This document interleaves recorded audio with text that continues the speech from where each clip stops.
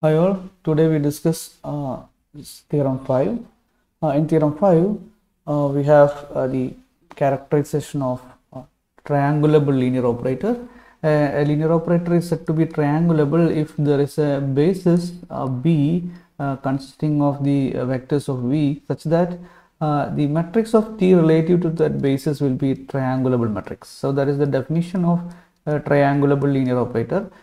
We need to find basis B such that the matrix T relative to this basis will be triangulable. Okay, that means it has entries in this portion. Here we have 0.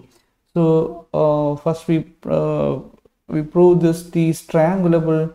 Then the minimal polynomial of T is a product of linear factors. That is trivial thing. So if you assume there is suppose B subset of V, or first of all you assume that T is triangulable. So T is triangulable, that is assume T is triangulable. T is triangulable.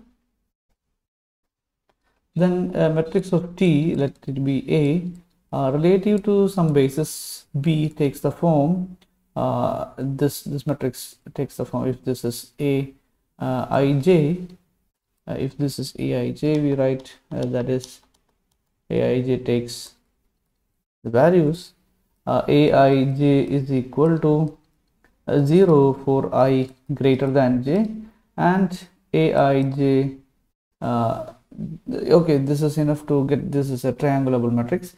So if this is the case, then we expect the matrix as this is I. So this is the matrix with the entries A11, A12, etc. A1n, and here we have 0, A22, and rest of them A3. A23 is there, then A3n, A2n, and so on, etc. 0, 0, etc. An. So this will be the An. So this will be the matrix of T relative to that basis B. In this case, then what is the determinant of what is the minimal polynomial? First of all, we write the characteristic polynomial. Characteristic polynomial f takes the form that is the determinant of this x minus the matrix xi minus this A. So that is equal to determinant of a1 xi x minus a11 minus a12 etc minus a1n etc etc. We have 0 here, x minus a22 etc minus a2n, and finally we have x minus ann. So determinant of this matrix will be x minus a11 etc etc etc x minus ann. Okay, suppose this shows that this a11, a12, etc., a1n are the eigenvalues. If we name these eigenvalues with c1, c2, etc., ck, these are the distinct eigenvalues, then this can be written as x. If a11 repeats d1 times, then put a11 is equal to c1. So we can say that this c1 if this a11 repeats r1 times. So a11 we have r1 times, and if the other thing some aii repeats ri times, then we call this as c1 and c2 etc ck. Okay, so all the way up to ck, then we write this as x minus c1 raised to r1 etc x minus c2 raised ck raised to rk. So these we have assumed that the c1, c2, ck are same as a1, a11 etc ann, but these are distinct. Okay, that's the only difference. So this takes this form. So whenever T is triangulable, then the characteristic polynomial takes this form. Then the corresponding minimal polynomial P takes the form P is equal to x minus c1 raised to some e1 etc x minus ck raised to ek, because minimal polynomial and characteristic polynomial have the same zeros, then minimal polynomial takes this form. So the first part is over. If t is triangulable, then the minimal polynomial for t is a product of linear polynomial over f. Okay, so this belongs to f of x. Now we will prove the converse part. For the converse part, we use the lemma that we have discussed in the last class. This is the lemma that we have proved in the last class. If p is a minimal polynomial of the linear operator t, p takes the minimal polynomial takes the form a product of linear factors. If this w is invariant subspace of under t, then that you can find alpha belongs to v that not in w, then in fact that is an element of v minus w, such that t minus ci of alpha belongs to w for some characteristic value c. So using this fact, we will prove that if p takes this form, the product of linear factor, then the matrix, you can find a basis for which the matrix corresponding to t is the triangular matrix. Okay, so first for that we start, suppose the dimension of v is equal to n. If we start with dimension of v is equal to n, then if we take w is equal to singleton set 0, so this is a proper subspace. So this is a proper subspace of v. And we know that if we choose any linear transformation t, that is then this w is invariant under t, because t of 0 equal to 0, then obviously w is invariant under t. Okay, then use this lemma, then you can find an alpha 1, I put it as alpha 1 belongs to v minus w, such that this t minus ci, I call it as some a1 times I alpha belongs to w. Okay, so this is the lemma. What is the meaning of this statement? T minus a1 I alpha belongs to w means w consisting of all only the 0 vector. So t minus a1 I alpha equal to 0. That means t alpha equal to a1 alpha. Okay, so this t alpha 1 is, this is alpha 1. T alpha 1 is equal to a1 alpha 1. So this shows that a1 is a characteristic value. So you can call it as c1 or a1 itself. So we have this. I call this as a11 anyway. So I call this as the scalar a11, and in fact this is a characteristic value as well. Now we have a alpha 1. Now we construct a new subspace. This is a span of alpha 1. Okay, so if we have alpha 1, then we constructed one alpha 1. Then using that alpha 1, we define a new subspace w1. Since the dimension of v is equal to n, this never be equal to v. Then this is again a proper subspace of v. Then use this lemma again. Then you can get there exist by lemma. You can get alpha 2 belongs to w v minus w1. Alpha 2 is an element of v minus w1, and there exists a1. I'll write it as a t of t minus some scalar times I of alpha 2 belongs to w1.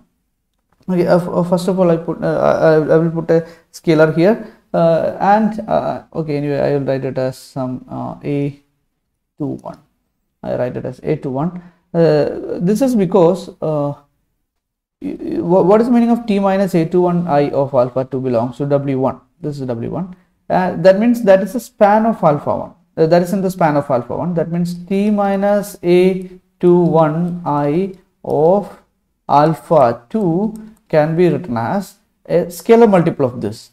Okay, so we call that scalar multiple as some constant times alpha 1. Okay, I put that constant as a12, and here I replace this as a22. Now we have this a t of alpha 2, this implies t of alpha 2 can be written as this a1 2 times alpha 1 plus a2 2 times alpha 2. So this is our equation 1, and I put this as equation 2. Similarly, we construct W2, that is the span of alpha 1 and alpha 2. This is always in a proper subspace of V again, and we can get using that lemma, alpha 3 belongs to V minus W2 such that T minus, I put it as A33 I of alpha 3 belongs to W2. Okay, instead of W1 here we have W2. Then that means T minus A33 I of alpha 3 will be an element of W2, means that is a linear span of this alpha 1 and alpha 2, and I call it as A13 alpha 1 plus A23 alpha 2 plus A33, this is the span of alpha 1 and alpha 2, so we have A33 is not there, and from this you can write T minus alpha T of alpha 3 equal to, here we have A33 alpha 3, then we can transpose it on the right side, then that will be A13 alpha 1 plus etc. A23 alpha 2 plus A33 alpha 3. This is our equation 3. Continuing this manner, you can get all the way up to Wn. Wn consisting of, Wn is the span of alpha 1 etc.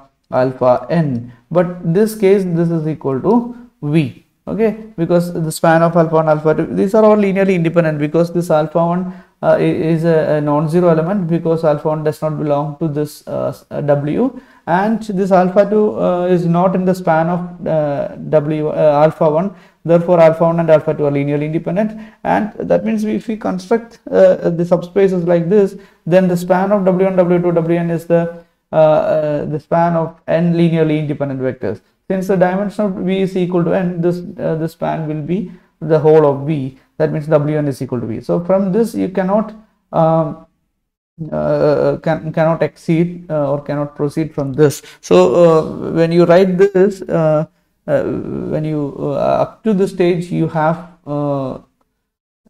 that alpha n. At the stage when we have Wn minus 1, this will be n minus 1. From this stage you can get an alpha n. This is the second last stage. So alpha n belongs to this V minus Wn minus 1 T minus a n n I of alpha n minus alpha n belongs to W n minus 1. So that will be T minus a n n. At the last stage, second last stage, we have this this alpha n is equal to the span of alpha 1 alpha 2 etc. alpha n minus 1. So you can get that is a1 n alpha 1 plus etc. a1 n minus 1 this sorry a n minus 1 a n minus 1 n alpha n minus 1, and from this you can write T of alpha n is equal to a1 n alpha 1 plus etc. a n n alpha n. Okay, so we call this as this equation as the nth equation. Then from this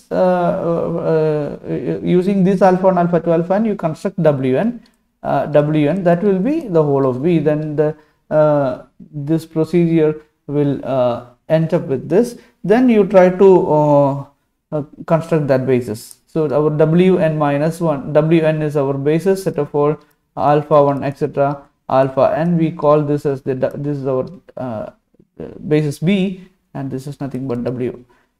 And we try to write out the matrix of T relative to the basis B. Then we write to find the matrix of T relative to this basis. We first of all we write T alpha 1. We have already from the equation of 1 we have T alpha 1 is a11, and we write this a11 alpha 1 is equal to a11 alpha 1 plus 0 times alpha 2 plus etc. 0 times alpha n. Then that coefficient will be a11 0 0 0 0. Okay, and in order to get the second column we need to write T alpha 2 in terms of alpha 1 alpha 2 alpha n. We know that T alpha 2 is this one. then you can write the other things are 0, 0 times alpha 3 plus etc. Then the coefficient will be a12, a22, and rest of them will be 0, etc. 0. Finally, we have the last column that will have the coefficients a1n, a2n, etc. Last we have a and n. So this will be the matrix of T relative to this basis. So this is a triangular matrix. Therefore, we can say that T is triangulable. Okay, T is triangulable.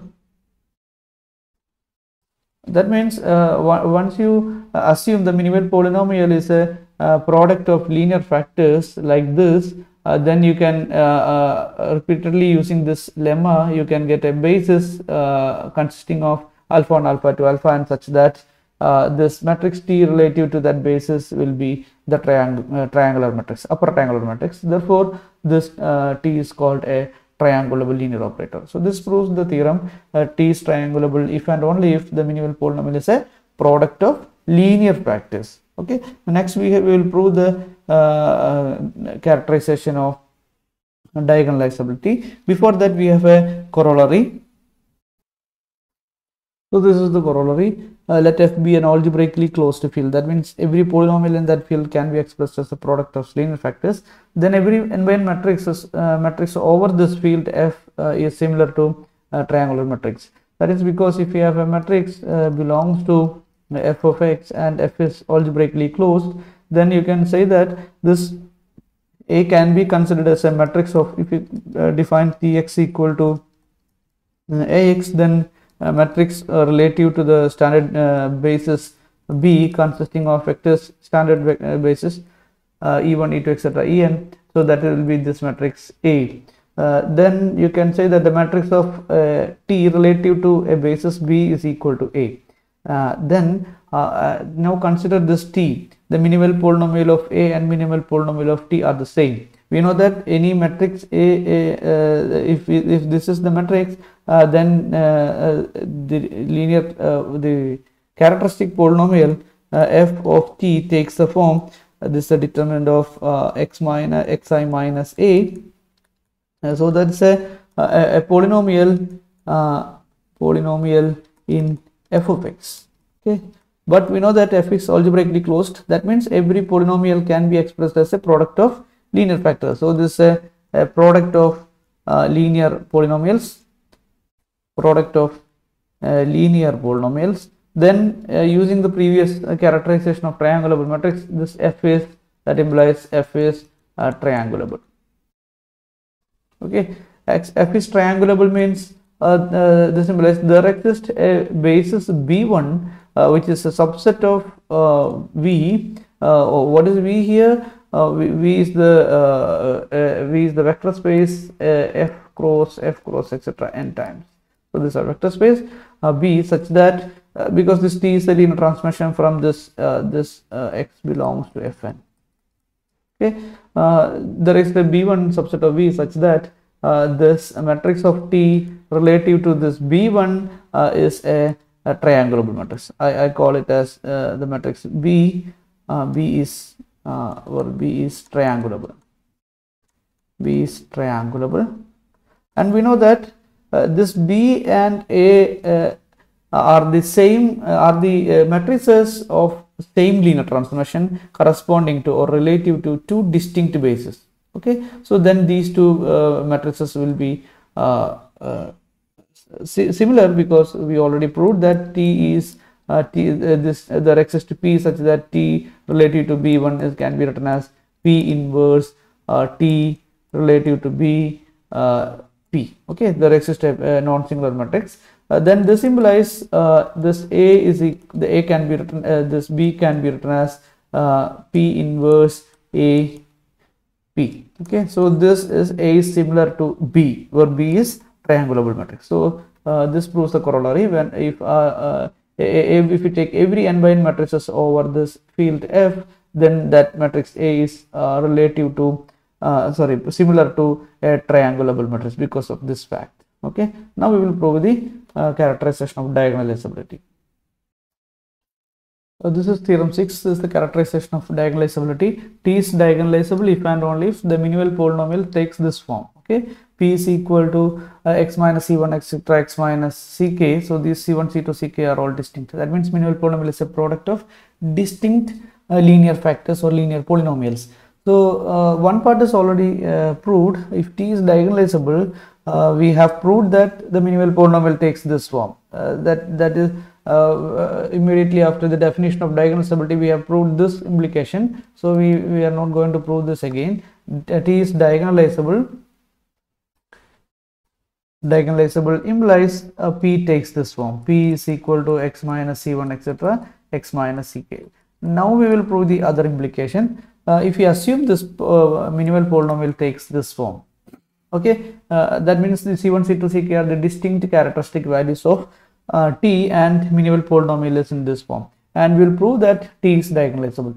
In order to get t is diagonalizable, we have already proved some equivalent conditions for diagonalizability. In that we have proved that if w is equal to w1 plus etc. plus wk, so these are the characteristic spaces corresponding to c1, c2 etc. ck respectively, then this w, the sum of these characteristic spaces is defined to be w. If w is equal to v, then this is equal to v if and only if t is diagonalizable.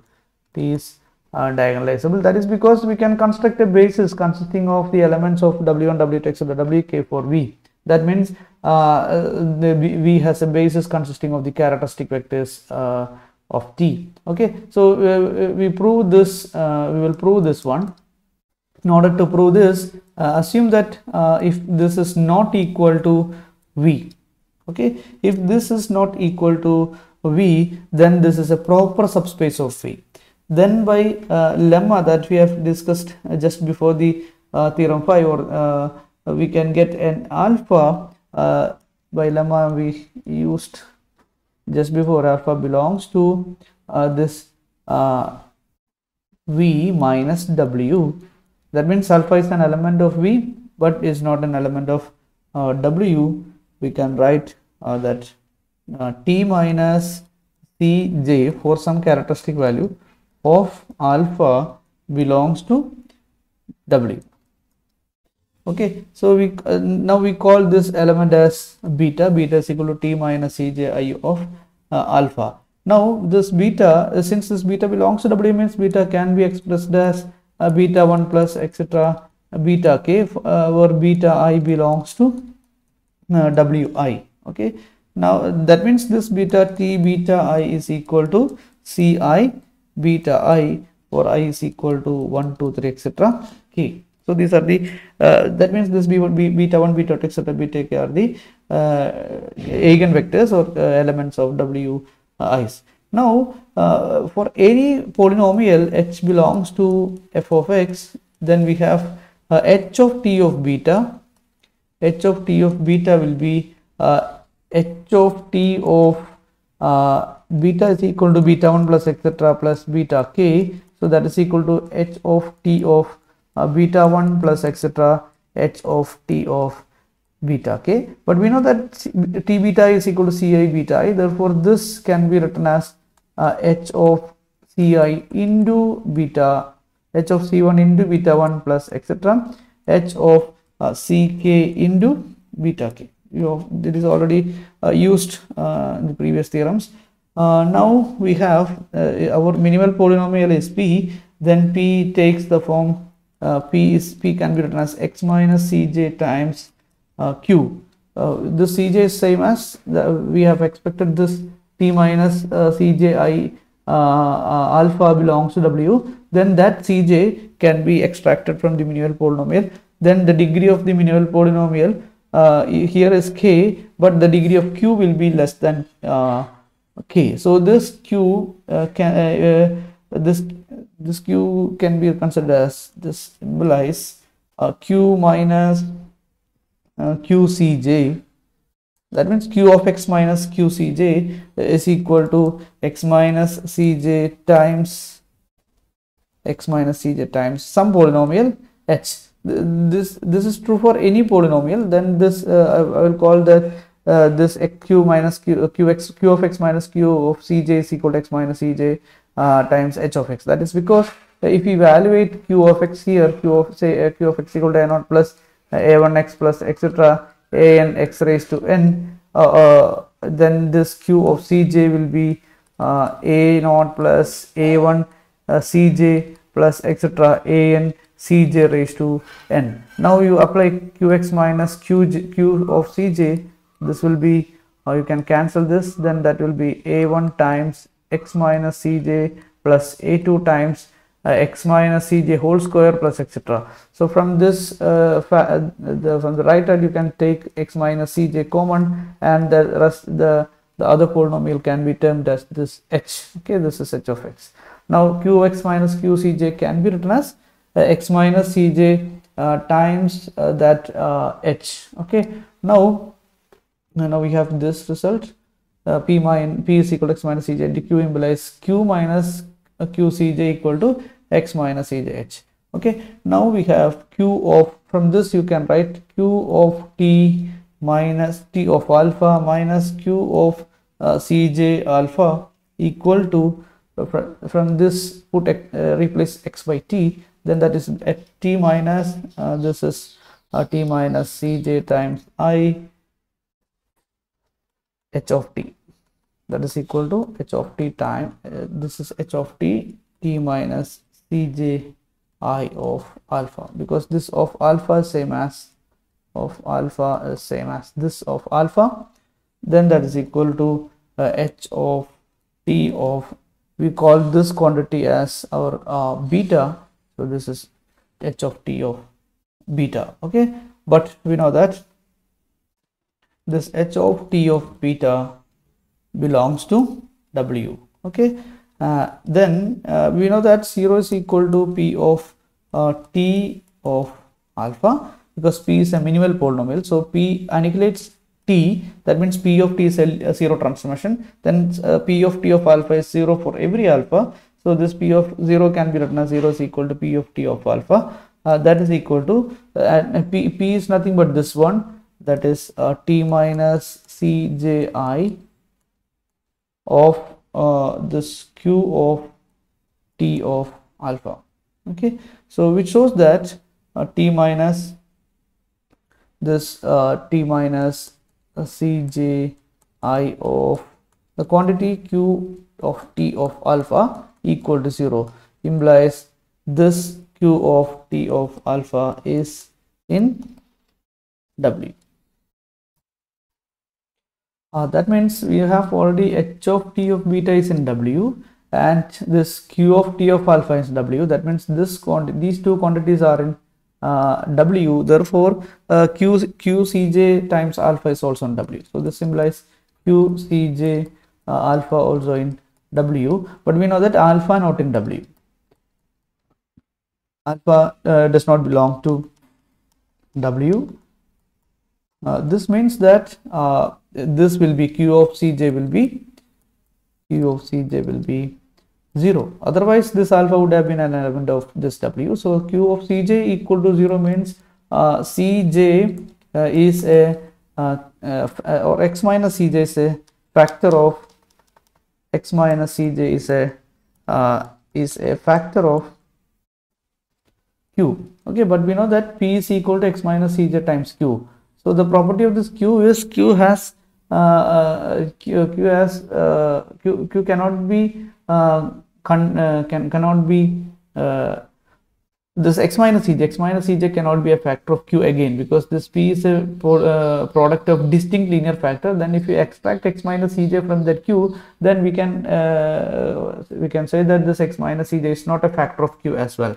So from this you can get x minus cj factor of q. So this is a contradiction. Okay, this is because of our assumption that w not equal to v, where w is w1 plus etc, wk the characteristic space, the space of all characteristic vectors. So that this shows that this w is, or w1 plus etc plus wk is same as v, which shows that this v is this t is a diagonalizable linear operator. That means we has a basis consisting of the basis b consisting of the eigenvectors of this T. Okay, that means the matrix of T relative to that basis will be the diagonal matrix. Okay, so which proves the theorem 6. So with this we can conclude section 6.4, and we have two more sections, 6.5 and 6.6.